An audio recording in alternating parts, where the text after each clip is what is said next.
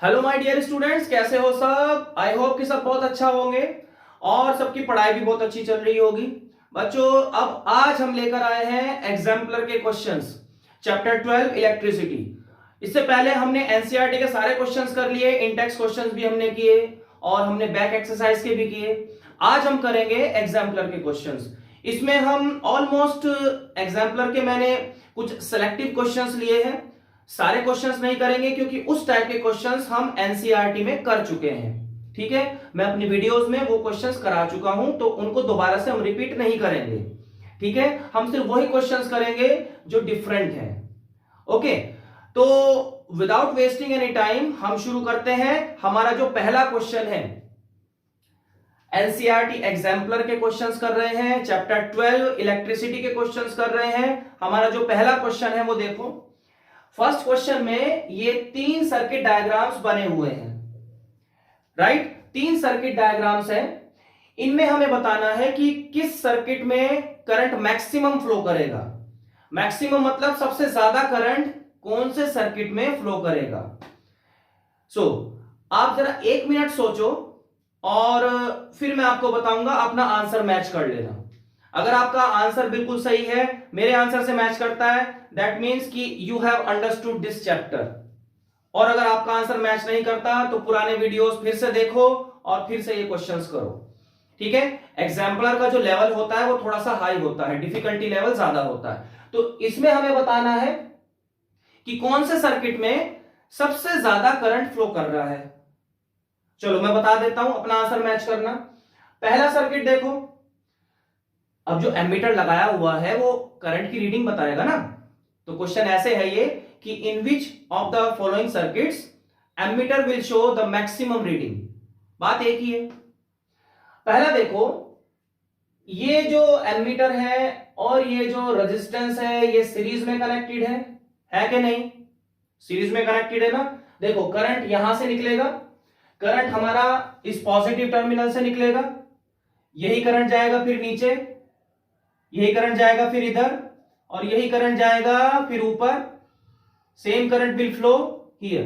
तो मतलब एक ही करंट, सेम करंट फ्लो कर रहा है इस पूरे सर्किट में, तो सीरीज कनेक्शन हो गया। ओके, अब इसमें आ जाओ, यहां पर प्लस और माइनस, तो यहां से करंट निकला, वही करंट जाएगा इधर, सेम करंट जाएगा इधर, और सेम करंट जाएगा इस एमीटर में। रेजिस्टेंस उतना ही है, आर ही है। रेजिस्टेंस की कुछ भी वैल्यू हो सकती है, 5 ओम 10 ओम कुछ भी, तो सेम रेजिस्टेंस है। अब इधर आ जाओ, यहां पर अब बैटरी हमने ऐसे लगा दी, तो कंफ्यूज मत हो जाना, हम ऐसे भी लगा सकते हैं बैटरी को, इधर पॉजिटिव और इधर negative. Yes, we can do that. तो यहां पर पॉजिटिव है तो करंट यहां से निकलेगा, फिर वही करंट इधर जाएगा, सेम करंट इधर फ्लो करेगा, इसमें से वही करंट फ्लो कर रहा है, फिर सेम करंट ऊपर जाएगा और सेम करंट इधर जाएगा। यहां पर भी हम क्या देख रहे हैं कि सेम करंट ही फ्लो कर रहा है। तो इसमें हमने क्या किया है कि एमीटर को ना हमने अलग अलग लोकेशंस पर लगा दिया। मैंने सीरीज कॉम्बिनेशन में बताया था कि एमीटर किस तरह से हम कनेक्ट करते हैं। हम एमीटर को सर्किट में कहीं पर भी कनेक्ट कर देते हैं, ठीक है, तो सेम रीडिंग देता है वो। तो इसका आंसर होगा the current will remain same in all the circuits. ठीक है, तो करंट जो होगा, same current will flow in all the circuits because series में कनेक्टेड है। क्लियर हो गई बच्चों बात? आगे चले, सेकंड क्वेश्चन पर आ जाओ। सेकंड क्वेश्चन में पूछा गया है, ये हमारे 3 सर्किट्स हैं। पहला सर्किट देखो, ये 2 ओम का रजिस्टर है, बैटरी से सीरीज में कनेक्टेड है। ठीक है, कैसे कनेक्टेड है सीरीज में? ये पॉजिटिव टर्मिनल है तो यहां से करंट निकलेगा, ये करंट ऊपर जाएगा, फिर यही करंट इधर जाएगा, क्योंकि करंट डिवाइड नहीं हो रहा ना, करंट के पास एक ही रास्ता है जाने के लिए, तो वही करंट घूमता रहेगा, एक ही रास्ते में सेम करंट घूमता रहेगा। अगर एक से ज्यादा रास्ते हो गए, मतलब पैरेलल में कनेक्ट कर दिया, तो डिवाइड हो जाएगा करंट, वो पैरेलल कनेक्शन हो जाएगा। तो यहां पर सेम करंट फ्लो कर रहा है, फिर ये करंट नीचे आएगा, ऐसे ऐसे ऐसे घूमता रहेगा। ओके, नाउ ये है, अब ये हमारा 2 ओम रजिस्टर है, ये भी 2 ओम है, ये भी 2 है और ये भी 2 है। ओके, अगेन ये करंट यहां से निकला, फिर ऐसे गया, फिर सेम करंट इन दोनों रजिस्टर्स में सेम करंट फ्लो करेगा क्योंकि ये दोनों सीरीज में है। थर्ड सर्किट में आ जाओ, यहां से करंट निकलेगा, ये करंट यहां से निकला फिर इधर आएगा, ऐसे आ रहा है करंट। अब देखो इस पॉइंट पर आकर ये करंट, कुछ करंट इसमें चला जाएगा और कुछ इसमें करंट चला जाएगा, ठीक है। ये पैरेलल कनेक्शन हो गया। ना करंट यहां पर डिवाइड होगा ना, कुछ करंट यहां चला जाएगा और कुछ करंट यहां चला जाएगा, पैरेलल में कनेक्टेड है ना दोनों, तो यहां पर करंट का डिवीजन हो गया। नाउ लिसन, इस क्वेश्चन में हमें बताना है कि किस सर्किट में सबसे ज्यादा हीट प्रोड्यूस होती है, किस सर्किट में सबसे ज्यादा हीट प्रोड्यूस होती है। तो हीट हमारी वहीं प्रोड्यूस होगी ना जहां पर पावर ज्यादा कंज्यूम होगा, ये मैंने बताया होगा, पावर जितना ज्यादा कंज्यूम होता है उतनी ज्यादा हीट प्रोड्यूस होती है। हम यहां पर हीट को I² RT लगाकर भी निकाल सकते हैं, लेकिन हमें टाइम नहीं दिया हुआ, तो हम डायरेक्टली बता सकते हैं, इसको हम ओरली भी कर सकते हैं। ट्रिक लगाओ, देखो क्या ट्रिक लगाएंगे। वी नो दैट कि यहां पर एक सिंगल रेजिस्टेंस है, ओके, यहां पर एक सिंगल रेजिस्टेंस है, तो पावर का जो फॉर्मूला होता है, पावर का हम ये वाला फॉर्मूला लगाते हैं V²/R, ये वाला फॉर्मूला देखो, ठीक है, पावर का हमने ये वाला फॉर्मूला लगाया। तो यहां पर देखो कि इसके अराउंड एक रेजिस्टेंस है, ठीक है। अब जो भी रेजिस्टेंस होगा पावर उसके इनवर्सली प्रोपोर्शनल है, जो भी क्योंकि रेजिस्टेंस डिनोमिनेटर में है ना, तो पावर और रेजिस्टेंस का क्या रिलेशन है, इनवर्स रिलेशन है। तो अगर रेजिस्टेंस ज्यादा होगा तो पावर कम होगी, ओके ना। यहां कुछ रेजिस्टेंस है, ठीक है, मान लिया, इन दोनों का टोटल रेजिस्टेंस कितना हो जाएगा, 4 हो जाएगा, ठीक है। तो अब इनमें से किसमें ज्यादा हीट प्रोड्यूस होगी, आई थिंक इसमें होनी चाहिए, क्योंकि इसका टोटल रेजिस्टेंस कितना है, टोटल 4 और इसका कितना है 2, तो यहां पर 4 लिखेंगे तो क्या होगा, रेजिस्टेंस ज्यादा हो गया तो पावर कम हो जाएगी, तो पावर इसमें कम प्रोड्यूस हो रही है, दैट मींस कि इसमें हीट भी कम प्रोड्यूस हो रही है, इसमें ज्यादा हो रही है, इसमें ज्यादा हीट प्रोड्यूस हो रही है, क्योंकि इसका रेजिस्टेंस क्या है, कम है, ठीक है, इसका रेजिस्टेंस ज्यादा हो गया। इसमें आ जाओ, थर्ड में आ जाओ। थर्ड में देखो, इसका अगर हम इक्विवेलेंट रेजिस्टेंस निकालें तो इक्विवेलेंट रेजिस्टेंस क्या होगा, 2 और 2 का इक्विवेलेंट क्या बनेगा, 1/2 प्लस 1/2, तो मतलब ये 1 हो गया। और फिर हम रेसिप्रोकल भी करते हैं, तो 1/1 कितना, 1, तो इसका टोटल रेजिस्टेंस कितना बना, ओनली 1 ओम। इसका टोटल रेजिस्टेंस कितना बना, ओनली 1 ओम। दैट मींस कि इसका रेजिस्टेंस सबसे कम है, इसका रेजिस्टेंस सबसे कम है, तो सबसे कम का मतलब रेजिस्टेंस सबसे कम मतलब सबसे ज्यादा पावर किसमें कंज्यूम हो रही है, इस वाले सर्किट में सबसे ज्यादा पावर कंज्यूम होगी, समझ में आ रही है ना बात। तो इसमें सबसे ज्यादा पावर कंज्यूम होगी, दैट मींस कि इसमें सबसे ज्यादा हीट प्रोड्यूस होगी, इसमें सबसे ज्यादा हीट प्रोड्यूस होगी इस वाले सर्किट में, अकॉर्डिंग टू दिस फॉर्मूला। बच्चों बात क्लियर हो रही है, according to this formula, okay. चलो आगे बढ़े। नाउ अब आपके मन में क्वेश्चन आ सकता है कि सर पावर का फॉर्मूला ये भी तो होता है I²R, ये क्यों नहीं लगाया, क्योंकि यहां पर देखो हमें वोल्टेज डायरेक्टली गिवन है, इसमें भी कुछ वोल्टेज होगा, मैंने लिखा नहीं है। जब हमें वोल्टेज गिवन है डायरेक्टली तो हम ये वाला फॉर्मूला लगाएंगे, क्योंकि जब हमें वोल्टेज गिवन होता है, रेजिस्टेंस गिवन है, तो हमें पावर निकालना है, हमें पावर निकालना है, तो ये वाला फॉर्मूला लगाएंगे ना, पावर का पता करना है। हमें करंट ऐसे डायरेक्टली नहीं दिया हुआ तो हम ये वाला फॉर्मूला नहीं लगाएंगे, हम ये वाला फॉर्मूला लगाएंगे, इसे लेकर चलेंगे। बात समझ में आ रही है ना। अब यहां पर क्वेश्चन फिर से आप पूछ सकते हो कि सर इस फॉर्मूले में तो पावर और जो रेजिस्टेंस है वो हमें डायरेक्टली प्रोपोर्शनल दिखाई दे रहे हैं, मतलब अगर रेजिस्टेंस ज्यादा होगा तो पावर भी ज्यादा होनी चाहिए, ऐसा कुछ क्वेश्चन आएगा ना माइंड में। अब इसमें क्या है, इसमें जो रेजिस्टेंस है वो इनवर्सली प्रोपोर्शनल है। बच्चों ध्यान से देखो, ये जो फॉर्मूला है ना, इसमें मान लो रेजिस्टेंस ज्यादा हो गया, अगर रेजिस्टेंस ज्यादा हो गया तो करंट भी तो कम हो जाएगा ना। नहीं आई बात समझ में। क्वेश्चन ये है तुम्हारे माइंड में कि सर हमने यही फॉर्मूला क्यों लगाया, हम ये भी तो लगा सकते हैं, और इस फॉर्मूले के अकॉर्डिंग जो पावर है that is directly proportional to resistance, तो रेजिस्टेंस अगर ज्यादा होगा तो पावर भी ज्यादा होगी, जबकि इसमें इनवर्स रिलेशन है। तो ये क्या डिफरेंस हुआ, समझो ध्यान से। यहां पर देखो करंट है, यहां पर वोल्टेज है। रेजिस्टेंस अगर चेंज होता है, वोल्टेज चेंज नहीं होती। आई मीन टू से कि वोल्टेज रेजिस्टेंस पर डिपेंड नहीं करती। वोल्टेज जो हमने अप्लाई किया है ना, वो सेम ही रहेगी। तो इस फॉर्मूले में रेजिस्टेंस अगर ज्यादा होगा तो पावर कम हो जाएगी, वोल्टेज का कुछ नहीं चेंज होगा, वोल्टेज विल रिमेन सेम। इस फॉर्मूले में आ जाओ, रेजिस्टेंस अगर ज्यादा हुआ तो करंट तो रेजिस्टेंस पर ही डिपेंड करता है ना, रेजिस्टेंस अगर ज्यादा हुआ तो ये करंट कम हो जाएगा, तो जो पावर की वैल्यू है वो सेम ही रहेगी। ठीक है, पावर की वैल्यू सेम बनी रहेगी। जैसे मान लो ये इक्वल टू का साइन लगा हुआ है ना, मान लो यहां पर कुछ नंबर है, यहां पर 20 है, ठीक है, यहां पर 20 है, और यहां पर हमने आई स्क्वायर आर लिया हुआ है। तो रेजिस्टेंस अगर हमने इंक्रीज कर दिया, और रेजिस्टेंस की जो मल्टीप्लाई है वो आई से हो रही है, आई स्क्वायर से हो रही है, तो अगर इसे हमने इंक्रीज किया तो इसे डिक्रीज भी तो करना पड़ेगा ना, तभी तो बैलेंस बनेगा। जितना हमने इसे इंक्रीज किया है रेजिस्टेंस को, समझो इसको पॉइंट को, जितना हमने रेजिस्टेंस को इंक्रीज किया, मान लो रेजिस्टेंस को हमने क्या किया, डबल कर दिया, तो करंट को हमें हाफ करना पड़ेगा, और हम नहीं करेंगे, वो अपने आप हो जाएगा, क्योंकि रेजिस्टेंस इंक्रीज होगा तो करंट ऑटोमेटिकली डिक्रीज हो जाएगा।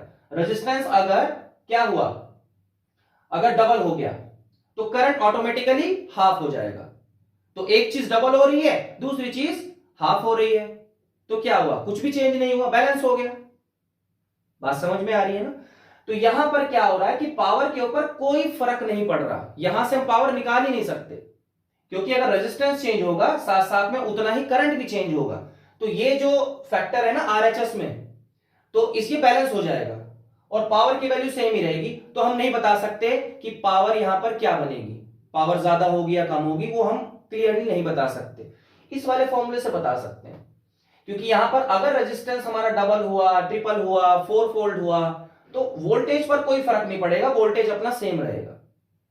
तो पावर अब किस पर डिपेंड कर रही है, डायरेक्टली आर के ऊपर डिपेंड कर रही है, वोल्टेज के ऊपर डिपेंड नहीं कर रही, पावर डिपेंड कर रही है यहां पर रेजिस्टेंस के ऊपर। यहां पर जो पावर डिपेंड कर रही है वो करंट और रेजिस्टेंस दोनों के ऊपर डिपेंड कर रही है। बात क्लियर हो गई ना, तो इसलिए हम ये वाला फॉर्मूला लगाएंगे। ठीक है, चलो, तो इसके हिसाब से हमारा इसमें सबसे ज्यादा हीट प्रोड्यूस होगी। नेक्स्ट क्वेश्चन पर आ जाते हैं। ये हमें बताना है, 4 सर्किट्स है हमारे पास, 4 सर्किट डायग्राम्स में कौन सा सर्किट डायग्राम सही है। पहले पर देखो, पहला ये प्लस है, ये माइनस है, ठीक है, ये आया आया आया आया, एमीटर सीरीज में कनेक्टेड है, ओके, सीरीज में कनेक्टेड है। लेकिन यहां पर ये जो वोल्ट मीटर है ये भी सीरीज में कनेक्ट हो गया, वोल्ट मीटर सीरीज में कभी कनेक्ट होता नहीं है, तो ये डायग्राम गलत हो गया। सेकंड पर आ जाओ, यहां पर देखो, यहां से करंट निकलेगा, यहां पर डिवाइड हो जाएगा, रेजिस्टेंस में जाएगा, कुछ वोल्ट मीटर में जाएगा, ठीक है, ये प्लस है तो ये भी प्लस है, हमें ये भी देखना होता है plus minus. Volt meter parallel में लगा हुआ है और सीरीज में एमीटर लगा हुआ है, तो आई थिंक ये सही होना चाहिए। एमीटर में यहां पर माइनस और इधर प्लस, ऐसे है, ठीक है, ओके, तो ये सही है, तो एक ही ऑप्शन इसमें है, मतलब ये सही है। बाकी देखो ये कैसे गलत है, एमीटर पैरेलल में लगा हुआ है तो गलत। यहां पर ये देखो, ये ठीक है, वोल्ट मीटर तो पैरेलल में लगा हुआ है, ठीक है, एमीटर सीरीज में लगा हुआ है, वो भी ठीक है, लेकिन यहां पर देखो ये माइनस है और इधर एमीटर प्लस लिखा हुआ है, तो ये भी माइनस होना चाहिए था ना, तो इसलिए ये गलत हो गया। तो हमारा ये सही है। बोलो, बात समझ में आई, तीनों क्वेश्चन समझ में आए, आगे बढ़े। यस बच्चों, ये रहे हमारे नेक्स्ट क्वेश्चंस। नेक्स्ट क्वेश्चन है 6, what is the maximum resistance, R मतलब resistance, what is the maximum resistance which can be made using 5 resistors. हमारे पास 5 रजिस्टर्स हैं, उनकी वैल्यू जो मर्जी हो, वैल्यूज मैंने नहीं लिखी, 5 रजिस्टर्स हैं, उनकी वैल्यू जो मर्जी हो। हम उन 5 रजिस्टर से मैक्सिमम रेजिस्टेंस कैसे बना सकते हैं, मींस उन 5 रजिस्टर्स को हम किस तरह से कनेक्ट करें ताकि जो हमारा टोटल रेजिस्टेंस बने उसकी मैक्सिमम वैल्यू आए। ऑब्वियसली कैसे बनाएंगे, सीरीज में कनेक्ट कर दो भाई, ठीक है, सीरीज में कनेक्ट कर दो। मान लो हमें 5 रजिस्टर्स दिए हुए हैं, एक 5 ओम है, एक 1/5 ओम है, एक 2/5 ओम है, एक 4 ओम है, इस तरह से 5 रजिस्टर्स हैं। तो अगर उनको हम सीरीज में कनेक्ट कर देंगे तो क्या होगा, जो मैक्सिमम जो वैल्यू आएगी रेजिस्टेंस की, दैट विल बी मैक्सिमम, क्योंकि सीरीज में सिंपली ऐड हो जाते हैं सारे रजिस्टर्स। ठीक है, तो जो भी आपको यहां पर रेजिस्टेंस की वैल्यू दी होगी उनको सिंपली ऐड कर देना, सीरीज में कनेक्ट कर देना।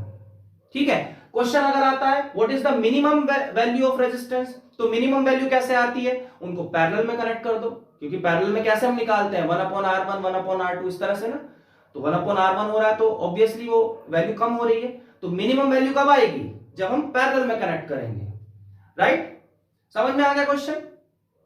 नेक्स्ट देखो 8th क्वेश्चन, ये कुछ सेल्स के कनेक्शंस हैं, हमने सेल्स को सीरीज में कनेक्ट कर दिया, जैसे कितनी सेल्स हैं, 4 सेल्स हैं।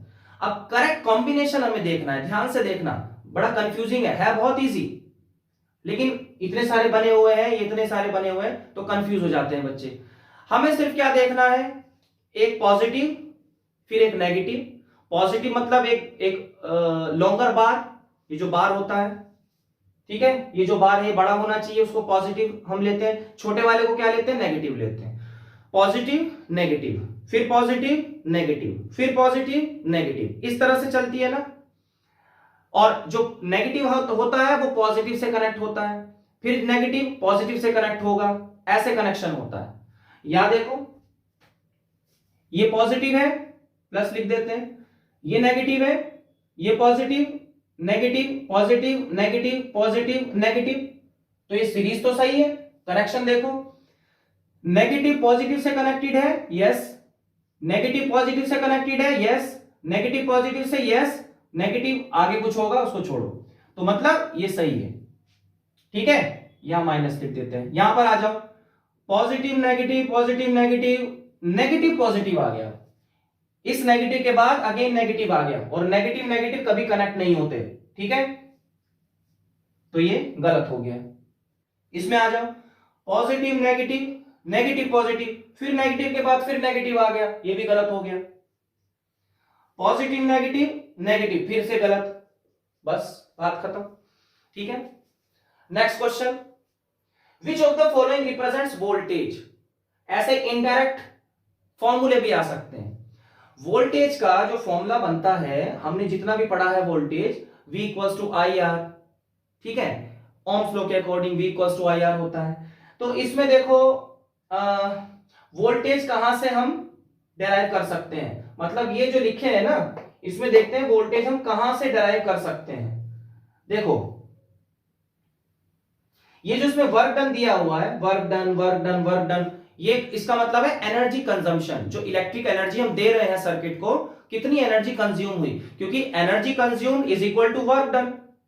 बात समझ में आ रही है, तो वर्क डन की जगह हम एनर्जी का फॉर्मूला लिख सकते हैं। तो एनर्जी के 2-3 फॉर्मूले होते हैं, एक होता है I2RT, एक होता है VIT, ठीक है, इस तरह से फॉर्मूले होते हैं, एक होता है V2T/R, तो वो सारे फॉर्मूले हम रख सकते हैं।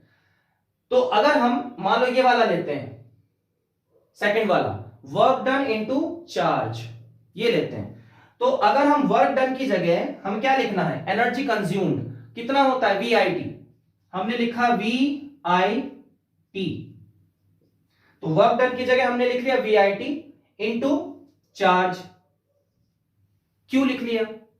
ठीक है, नाउ अगर हम Q को, हमें क्या लगना, हमें क्या निकालना, हमें वोल्टेज तक पहुंचना है, वोल्टेज ये है ना, तो हमारी कोशिश रहेगी कि IT और Q खत्म हो जाए, किसी तरह से कैंसिल हो जाए। कोशिश करते हैं, देखते हैं कैंसिल होता है नहीं। देखो IT है, अगर Q को हम ऐसे लिख लें, हमारे पास एक फॉर्मूला होता है I is equal to Q/T, ये फॉर्मूला होता है ना, तो Q की क्या वैल्यू आ जाएगी, IT आ जाएगी, तो Q की जगह अगर हम IT रखेंगे तो IT² हो जाएगा और गड़बड़ हो जाएगी। ठीक है ना, तो ये कटेगा नहीं, वो तो मल्टीप्लाई हो गया और स्क्वायर हो जाएगा, तो ये फॉर्मूला तो नहीं बचे, ये नहीं रहेगा।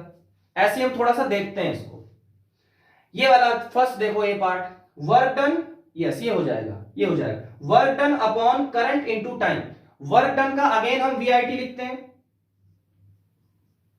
VIT लिखते हैं, upon current into time, current into time, IT से IT कैंसिल, क्या बचा, वोल्टेज बचा। ये तो पूछा है इसमें, विच of the following represents voltage, तो ए पार्ट इज करेक्ट। हम जो वर्क डन का फॉर्मूला रख रहे हैं, कौन सा रख रहे हैं, एनर्जी कंज्यूम्ड।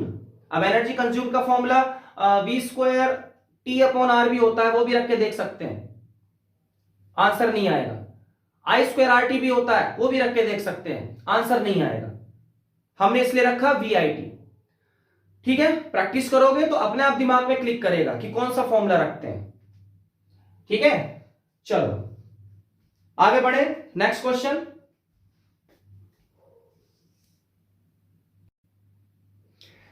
ये स्टूडेंट्स, तो ये है हमारा next question, question number 10। Question number 10 है, cylindrical conductor of length L and uniform area, area मतलब area of cross section A, capital A, has resistance R। हमारा कोई एक सिलेंड्रिकल कंडक्टर है, एक सिलेंड्रिकल कंडक्टर है लाइक दिस, ओके। इसका जो एरिया ऑफ क्रॉस सेक्शन है ये हमें गिवन है A, और इसकी जो लेंथ है वो हमें गिवन है L। तो इसका जो रेजिस्टेंस हो जाएगा वो कितना होगा, रो L बाई A। बोलो क्लियर हुआ। इस कंडक्टर का रेजिस्टेंस ये होगा। आगे देखते हैं, another conductor of length 2L, एक दूसरा कंडक्टर है जिसकी लेंथ इससे डबल है। मान लेते हैं एक ये कंडक्टर 1 हो गया और ये कंडक्टर 2 हो गया। कंडक्टर 2 कौन सा है,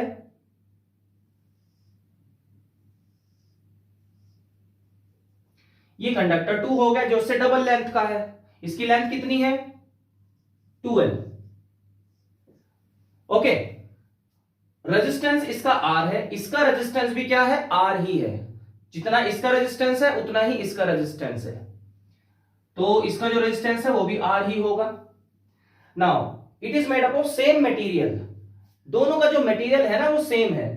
मतलब अगर ये कॉपर का है तो ये भी कॉपर का है, ये एल्यूमिनियम का है तो ये भी एल्यूमिनियम का है। क्लियर हो गई बात। तो इसका मतलब क्या हुआ कि अगर दोनों का मटेरियल सेम है, दैट मींस दोनों की रेजिस्टिविटी भी सेम रहेगी, राइट। तो रेजिस्टिविटी इसकी भी यही रहेगी, ओके।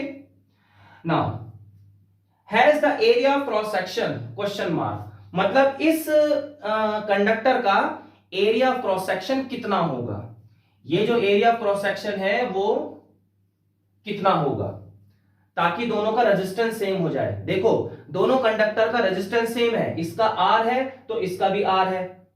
दोनों कंडक्टर की रेजिस्टिविटी सेम है, इसकी रो है तो इसकी भी रो है। अब इस कंडक्टर का जो रेजिस्टेंस का फॉर्मूला बनता है, जो जनरल फॉर्मूला होता है वो क्या होता है, R equals to rho L by A। अब यहां पर L क्या लेंगे, 2L, यहां पर L क्या हो जाएगा, 2L हो जाएगा। तो यहां L की जगह हम लिख देते हैं 2L अपॉन, अपॉन में क्या आता है, एरिया ऑफ क्रॉस सेक्शन आता है। इसका एरिया ऑफ क्रॉस सेक्शन हमें नहीं पता। नाउ अब थोड़ा दिमाग लगाओ, इसका एरिया ऑफ क्रॉस सेक्शन क्या होना चाहिए, वही तो पूछा है यहां पर, क्या होना चाहिए। देखो हमें रेजिस्टेंस तो सेम रखना है, ये value area of cross section की वैल्यू हमें इस तरह से लेनी पड़ेगी ताकि ये रेजिस्टेंस सेम रहे। इसका रो है, ये भी रो है, ये R है तो ये भी R रहना चाहिए। यहां पर लेंथ L है, यहां पर हमने 2L ले लिया। दैट मींस कि जो R की वैल्यू है ना वो यही आनी चाहिए, रो L बाई A। ये जो टोटल हम लिखेंगे यहां पर, उसको काट पीट कर उसको सॉल्व करके जो आंसर आना चाहिए दैट शुड बी R, क्योंकि हमें क्वेश्चन में दिया हुआ है कि इसका रेजिस्टेंस जो R ही होना चाहिए। तो हम यहाँ एरिया की कौन सी वैल्यू रखें कि उसकी जो वैल्यू है रेजिस्टेंस की वो ये बन जाए रो L बाई A, क्योंकि हम जानते हैं रो L बाई A किसके इक्वल है, R के इक्वल है। यहां पर भी हमें R चाहिए, तो इसे R बनाए रखने के लिए हमें जो एरिया क्रॉस सेक्शन है उसकी वैल्यू क्या लेनी पड़ेगी, उसकी वैल्यू हमें 2A लेनी पड़ेगी, इजंट इट। उसकी वैल्यू हमें कितनी लेनी पड़ेगी, 2A। क्यों, क्योंकि अगर हम इसकी वैल्यू 2A लेते हैं तो 2 से 2 कैंसिल हो जाएगा और यहां बचेगा L upon A, rho L upon A, rho L upon A किसके इक्वल है, R के इक्वल है। बोलो बात समझ में आ रही है। तो दैट मींस कि जो एरिया क्रॉस सेक्शन होगा दैट शुड बी 2a। पहले वाले का एरिया क्रॉस सेक्शन कितना a, तो इस वाले का कितना होगा 2a हो जाएगा। ये एक एमसीक्यू था जिसमें मैंने ऑप्शन नहीं लिखे, ठीक है। एमसीक्यू में जहां पर भी 2a ऑप्शन होगा वहां पर टिक कर देना। बात समझ में आ गई? चलो नेक्स्ट क्वेश्चन इज 11। देखो ये VI ग्राफ है, वोल्टेज करंट ग्राफ है, और इसमें हमारे पास कुछ ऑप्शंस दिए हुए हैं। जैसे पहला ऑप्शन ये है कि R1 is greater than R2 is greater than R3। दूसरा ऑप्शन है कि R1 equals to R2 equals to R3। Third option है R1 is less than R2 is less than R3। Fourth option मान लेते हैं नन ऑफ दीज। ये 4 options हैं, सोचो जरा क्या सही होगा। ये VI ग्राफ है, ठीक है। VI ग्राफ में एक रेजिस्टेंस की वैल्यू ये दिखा रखी है, एक की ये दिखा रखी है और एक ये दिखा रखी है। क्वेश्चन ये है कि हमारे पास एक नाइक्रोम का वायर है। नाइक्रोम क्या होता है? अलॉय होता है, ठीक है। नाइक्रोम का वायर है,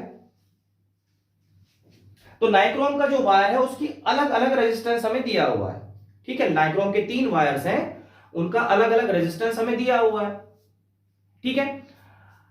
अब कंफ्यूज ये मत हो जाना कि सर अगर तीनों ही वायर्स नाइक्रोम के बने हुए हैं तो उनका रेजिस्टेंस सेम होना चाहिए। क्यों भाई? रेजिस्टेंस क्यों सेम होगा? उनकी रेजिस्टिविटी सेम होगी।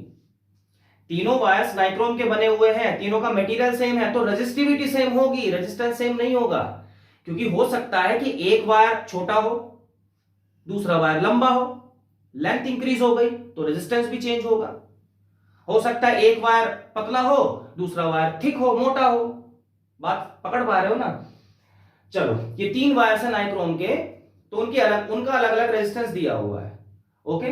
अब हमें ग्राफ से बताना है कि इनमें से कौन सी कंडीशन सही है। देखो कौन सी कंडीशन सही है। सी यहां पर देखो R1 रेजिस्टेंस की क्या वैल्यू होती है? V upon I, voltage upon current. इसी रेशो को तो हम रेजिस्टेंस बोलते हैं ना। रेजिस्टेंस क्या होता है? Resistance is V upon I, ratio of voltage and current, यही रेजिस्टेंस होता है। अब हम यहां R1 निकालते हैं। देखो R1 जो है, R1 में अगर हम वोल्टेज और करंट देखें ग्राफ से कितना बन रहा है, देखो R1 जो है वोल्टेज देखने के लिए हमें इसके ऊपर ऐसे परपेंडिकुलर डालना पड़ेगा, ये वोल्टेज हो गई। और करंट देखने के लिए हमें यहां पर परपेंडिकुलर डालना पड़ेगा, ये पॉइंट करंट का हो गया। ये जो एक्सिस है ये करंट को शो कर रहा है, ये जो एक्सिस है ये वोल्टेज को शो कर रही है। मतलब यहां वोल्टेज की कुछ वैल्यू होगी, यहां पर वोल्टेज की कुछ वैल्यू होगी। मान लेते हैं 2 वोल्ट है, 4 वोल्ट है, 6 वोल्ट है, 8 वोल्ट है, 10 वोल्ट है। यहां पर करंट की कुछ वैल्यू होगी, 0.5 है, 1 है, 1.5 है, 2 है, 2.5 है, 3 है। बोलो बात समझ में आ रही है? हम अपनी तरफ से मान लेते हैं, चलो वैल्यूज ले लेते हैं, इजी हो जाएगा समझना। जैसे यहां पर ये क्या हो गया 2 volt, this is 4 volt, this is 6 volt and this is 8 volts, okay. यहां पर हम ले लेते हैं 0.5 ampere, this is 1 ampere, this is 1.5, this is 2 ampere, 2.5, 3 ampere. ये वैल्यूज मैंने अपनी तरफ से ली है समझाने के लिए ना। अगर हमें R1 निकालना हो तो हमने क्या किया, R1 से ऐसे परपेंडिकुलर बनाया, किसके ऊपर? इस वोल्टेज एक्सिस के ऊपर बनाया। तो कहां पर आ रहा है? 4 पर आ रहा है, ठीक है। और करंट कहां पर जा रहा है? 3 पर। मींस 4 अपॉन 3 कर देंगे, V upon I, V upon I 4 upon 3 हो गया। चलो 4 अपॉन 3 आ गया। 4 अपॉन 3 कितना आएगा? पॉइंट में अगर चेंज करें तो कितना बनेगा? 1.3 समथिंग, ठीक है, 1.3 ओम इतना रेजिस्टेंस आया। नाउ R2 देखो, R2 की वैल्यू हमने ऐसे परपेंडिकुलर डाला वोल्टेज एक्सिस के ऊपर, और फिर हमने करंट एक्सिस के ऊपर ऐसे परपेंडिकुलर बनाया। तो R2 की जो वोल्टेज है वो कितनी है? कॉरस्पॉन्डिंग 6 वोल्ट, और R2 का ये जो करंट है वो कितना है? 2 वोल्ट्स। तो मींस हम क्या करेंगे 6/2 कर देंगे तो वहां से R2 आ जाएगा। 6/2 कर दिया, यहां से R2 आ गया 3 ओम। क्लियर हो गया। नाउ R3 देखो, R3 में हमने ऐसे परपेंडिकुलर बनाया, ऑलमोस्ट 8 आ रहा है, ऐसे परपेंडिकुलर बनाया, टेढ़ा कहां जा रहा है भाई, परपेंडिकुलर बनाया 1 पे आ रहा है। तो करंट कितना हो गया R3 के लिए 1 एम्पियर, वोल्टेज कितना हो गया 8 वोल्ट्स, तो R3 will be 8/1, that means 8 ओम। अब बताओ कौन सा सही होना चाहिए, R3 इसमें सबसे बड़ा है, फिर R2 है और सबसे छोटा R1 है, दैट मींस कि हमारा ये ऑप्शन करेक्ट है। ठीक है, third option is right. Clear हो गया। तो ऐसे हम अपनी तरफ से वैल्यू ले सकते हैं समझने के लिए, राइट। 12th क्वेश्चन देखो, if a current I through a resistor is increase by 100%, किसी रजिस्टर में या किसी वायर में से करंट फ्लो कर रहा था, उस करंट को हमने 100% इंक्रीज कर दिया। What does it mean, 100% increase करने का मतलब उसको डबल कर दिया। इसको याद रखना, 100% जब किसी में भी इंक्रीमेंट होता है, 100% जब वो बढ़ जाती है क्वांटिटी, तो क्वांटिटी कितनी हो जाती है, वो डबल हो जाती है। ठीक है, ये याद रखना, ऐसे क्वेश्चन बहुत आते हैं। तो 100% इंक्रीज का मतलब कि वो डबल हो गई, और 200% इंक्रीज का मतलब कि वो 4 टाइम्स इंक्रीज हो गई। ठीक है, current I through a resistor is increase by 100%. What is the increase in power dissipated? What is the increase in power dissipated? जब करंट I फ्लो कर रहा था, ठीक है, करंट I फ्लो कर रहा था, तो उसकी कोई पावर कंज्यूम हो रही होगी। किसी वायर में से करंट फ्लो कर रहा है, वोल्टेज अप्लाई किया हुआ है, तो कुछ ना कुछ पावर डेवलप होगी ना, उसमें कुछ पावर कंज्यूम हो रही होगी। अब हमने जब करंट को डबल कर दिया, 100% इंक्रीज कर दिया, डबल कर दिया, तब कितनी पावर कंज्यूम हो रही है, दिस इज द क्वेश्चन। ठीक है, और फिर हमें निकालना है कि पावर में कितना इंक्रीज हुआ, यानी कि फर्स्ट केस में जो पावर कंज्यूम हो रही थी और सेकंड केस में जो पावर कंज्यूम हो रही है, उनको माइनस कर देंगे, तो हमें यह पता चल जाएगा कि कितना पावर में इंक्रीज हुआ। ठीक है, अब कितनी ज्यादा पावर इंक्रीज हो रही है, हमें वो फाइंड आउट करना है। तो मैं काम करते हैं, पहले हम मान लेते हैं कि power first case, case one में जो पावर होगी वो I²R मान लेते हैं, क्योंकि करंट की बात कर रहे हैं और रेजिस्टेंस की बात कर रहे हैं। ठीक है, रेजिस्टेंस की बात कर रहे हैं, करंट की बात कर रहे हैं, तो हम यही वाला फॉर्मूला लगाएंगे पावर का, I²R। वैसे तो दूसरे फॉर्मूले भी होते हैं, VI, लेकिन वोल्टेज की इसमें बात नहीं करी तो V नहीं लेंगे, और V²/R भी होता है, अगेन वोल्टेज की बात नहीं कर रहे हैं तो ये वाला फॉर्मूला भी नहीं लेंगे। करंट और रेजिस्टेंस की बात हो रही है तो इसलिए हम ये वाला फॉर्मूला लेंगे। Is that clear? नाउ यहां पर ये तो हो गया केस 1, इसको हम नंबर 1 मान लेते हैं। Now when the current is increase 100%, when I is increased 100%, that means कि जो अब जो नया करंट बनेगा वो कितना बनेगा, मैंने बोला 100% का मतलब क्या हो गया, डबल हो जाना। डबल किसका, इस वाले करंट का। अगर पहले 2 एम्पियर फ्लो कर रहा था तो अब कितना हो गया, 4 एम्पियर हो गया। तो अब जो करंट बना, न्यू करंट जो बना है, न्यू करंट, उसे हमने मान लिया I', तो I' कितना होगा, दैट विल बी 2I। इस I का डबल हो जाएगा, 2I कर दिया, 2 से मल्टीप्लाई हो गया। ठीक है, अब पावर में कुछ ना कुछ चेंज आएगा, उस पावर को हम मान लेते हैं P'। अब P नहीं मानेंगे, P' मानेंगे, P' मान लिया। ठीक है, now power will be, new power will be I'² R, I'² R। Okay, तो ये हो गया हमारा। नाउ यहां पर अब इसको हमने, अच्छा ये I' की वैल्यू रख देते हैं, I' की हमने वैल्यू रख दी 2I, तो P' is equal to, I' की वैल्यू रखी हमने 2I, I' की जगह 2I लिख दिया, और ये जो स्क्वायर है बाहर ये ऐसे ही रहेगा into R, right. P' is equal to 4I² R, 2 2 जा 4, स्क्वायर कर दिया तो I का भी स्क्वायर होगा, I², तो 4I² बन गया इंटू R, तो P' इतना है। Now we have to calculate the increase in power. Increase in power तो कैसे आएगा, कितना इंक्रीज हो गया, पहले कितना था I²R, अब कितना है 4i²r। इंक्रीज कितना हुआ? 3i²r, 3 टाइम्स इंक्रीज हुआ ना, तो 4 माइनस ये कर देंगे, तो इंक्रीज कितना आएगा? इंक्रीज इन पावर कितना? 4i²r माइनस i²r, कितना बना? 3i²r। ओके, 3i²r इतना बना, मतलब इतना इंक्रीज हुआ पावर, 3 टाइम्स इंक्रीज हो गया, राइट? तो अगर इसे परसेंटेज में हम फाइंड आउट करें, परसेंटेज में फाइंड आउट करें तो कितना बनेगा ये? बोलो, कितना परसेंट इंक्रीज हुआ? हमें ये पता चल गया है कि 3i², 3 टाइम्स इंक्रीज हुआ, ठीक है, 3 टाइम्स इंक्रीज हुआ, तो कितना परसेंट इंक्रीज होना चाहिए? बोलो भाई, कितना परसेंट इंक्रीज होना चाहिए? 100% पर 2 टाइम्स हो गया, और 200% पर कितना? 4 टाइम्स हो गया, तो 300% होना चाहिए क्या? देखो बच्चों, इसका परसेंटेज निकालना है, अगर परसेंटेज अगर निकालना है तो कैसे करेंगे? इंक्रीज तो इतना हुआ, पहले इतना था i²r, अब कितना हो गया? 4i²r हो गया। अब परसेंटेज इंक्रीज कैसे आएगा, वो कैसे निकालते हैं? इतना इंक्रीज आया, ठीक है। इनिशियल कितना था? What was initial? Initial power कितना था? i²r, ओरिजिनल तो यही था ना, अपॉन i²r इंटू 100।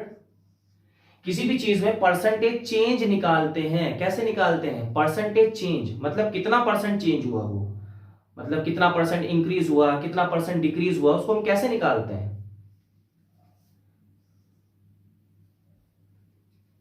इसका एक फॉर्मूला होता है, final value minus initial value upon initial value into 100, ये होता है फॉर्मूला, ठीक है। ये किस चीज का फॉर्मूला है? परसेंटेज चेंज निकालने का, कि कोई क्वांटिटी कितना परसेंट चेंज हुई, कितना परसेंट इंक्रीज हुई या कितना परसेंट डिक्रीज हुई, इस फॉर्मूले से आ जाता है। तो यहां पर अगर हमें परसेंटेज चेंज निकालना हो, परसेंटेज इंक्रीज निकालना हो, तो कैसे करेंगे? फाइनल वैल्यू क्या थी हमारी पावर की?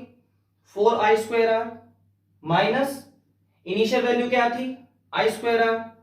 इसको कैलकुलेट करके कितना आया? 3i²r आ गया, ठीक है। अपॉन में क्या है? इनिशियल वैल्यू, अपॉन में हमने क्या रख दी? इनिशियल वैल्यू रख दी i²r इंटू 100। समझ में आ गया? तो i²r कट जाएगा, तो 3 इंटू 100, दैट मीन्स 300% इंक्रीज हुआ। पावर में कितना इंक्रीमेंट आया? 300%, ठीक है। क्लियर हो गया, राइट? तो ये कुछ क्वेश्चन थे हमारे एग्जाम्पलर के, अभी और भी क्वेश्चंस हैं, तो वो हम लेकर आएंगे अपने नेक्स्ट वीडियो में। तब तक के लिए थैंक यू सो मच, पढ़ते रहिए और खुश रहिए। Thank you.